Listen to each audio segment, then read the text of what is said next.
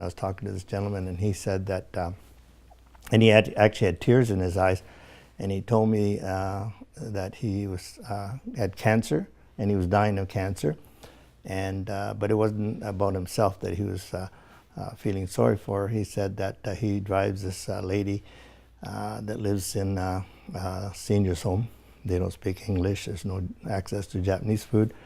And he drives her there weekly because she just really looks forward to that. And so he wasn't feeling sorry for himself so much as for her, like what's going to happen to her if I were to pass on.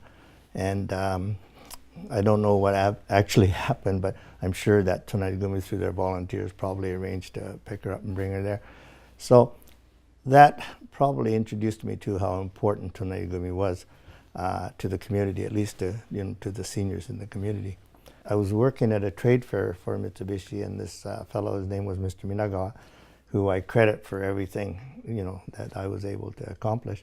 And he asked me if he watched me at this trade fair, and he said, you look like you're really enjoying this marketing and sales. And I said, well, and he said, would you like to come work for me? And in 6 months, I'll make you a businessman. And I said, well, I've gone 17 years to become an engineer, and I really want to get on with engineering. And he said, you could always become an engineer, so come with me, and in 6 months, I'll make you a businessman. I was always into project management, and when I retired, David and Les asked me if I would help in this renovation of this building. And I came in, brought in architects and contractors that we knew, and I think we provided the community with a very nice asset. A fellow that used to do our gardening, a Japanese gardener, he offered to donate free time and supplies to build a garden, but he got leukemia and he just couldn't do it anymore.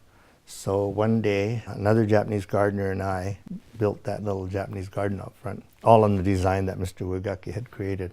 And to me, of all the things in this building, that's what I'm most proud of. We should look upon volunteers as, it's not just a job. I think there's some payback in that they get to spend quality time with people, and a lot of us don't know a lot about our heritage, and neither do the second and third generation. I think being able to sit down and be involved with these older people and hearing their story, I think gives them a little bit more background about their heritage. Everybody is looking for the same amount of money.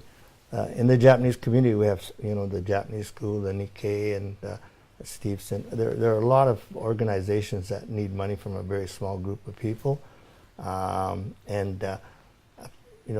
until now, a lot of the older Niseis have been contributing a large amount of money, but we've got to get outside that now and become much more creative.